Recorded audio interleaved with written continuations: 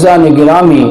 اس مقدس مہینے کے حوالے سے رسول کائنات فخر موجودات جروا جناب ارواحنا فدا محمد رسول اللہ صلی اللہ تعالی علیہ وسلم کیا فرماتے ہیں؟ مشکات شریف کی بڑی طویل حدیث ہے جس کو حضرت سلمان فارسی رضی اللہ تعالیٰ عنہ نے روایت کی۔ آپ فرماتے ہیں کہ شعبان کے آخری حصے میں رسول اللہ صلی اللہ علیہ وسلم نے ایک بڑا طویل خطبہ ارشاد فرمایا جس میں رسول اللہ نے ارشاد فرمایا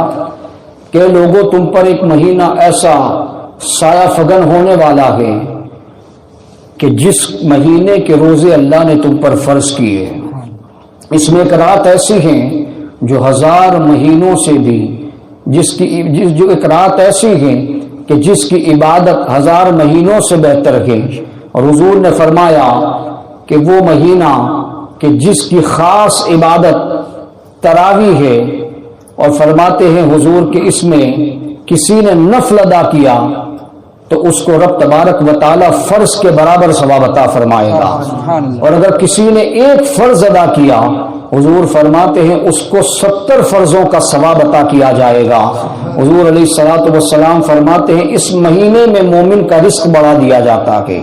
حضور فرماتے ہیں اسی مہینے کے اندر جب کوئی بندہ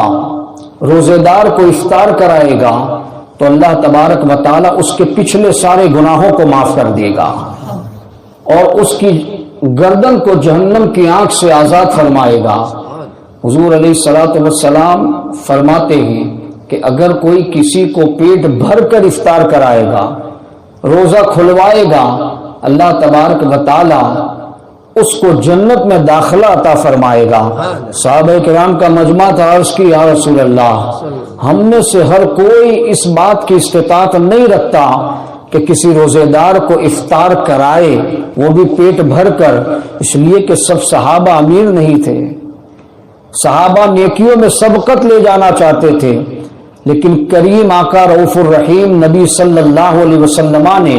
اپنے صحابہ کے ساتھ ساتھ امت کی کیسی دلجوئی فرمائی، اور اس مہینے میں نیکیوں کے خزانے رسول اللہ نے کیسے کھولیں۔ اس حدیث میں دیکھیں حضور فرماتے ہیں ضروری نہیں پیٹ بھر کر افطار کرائیں، حضور فرماتے ہیں اگر کوئی شخص ایک کھجور، ایک گھونٹ پانی یا ایک گھونٹ دودھ سے بھی کسی کو افطار کروائے گا اتنا ہی ثواب پائے گا جتنا کہ پہلے کو ثواب ملے گا۔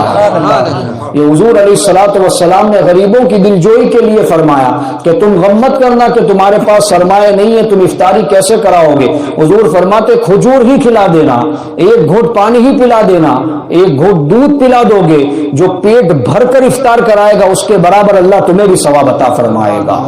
یہ مہینہ، اس مہینے کی برکت اور فضیلت بیان کرتے ہوئے حضور مزید ارشاد فرماتے ہیں کہ اس مہینے میں جو شخص اپنے ماتحت سے کام میں تخفیف لے گا، یعنی کہ اپنے نوکروں سے، اپنے غلاموں سے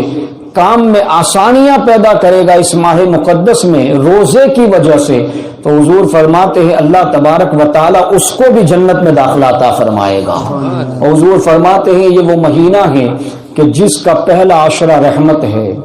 دوسرا عشرہ مغفرت کا ہے، اور تیسرا عشرہ جہنم سے آزادی کا ہے۔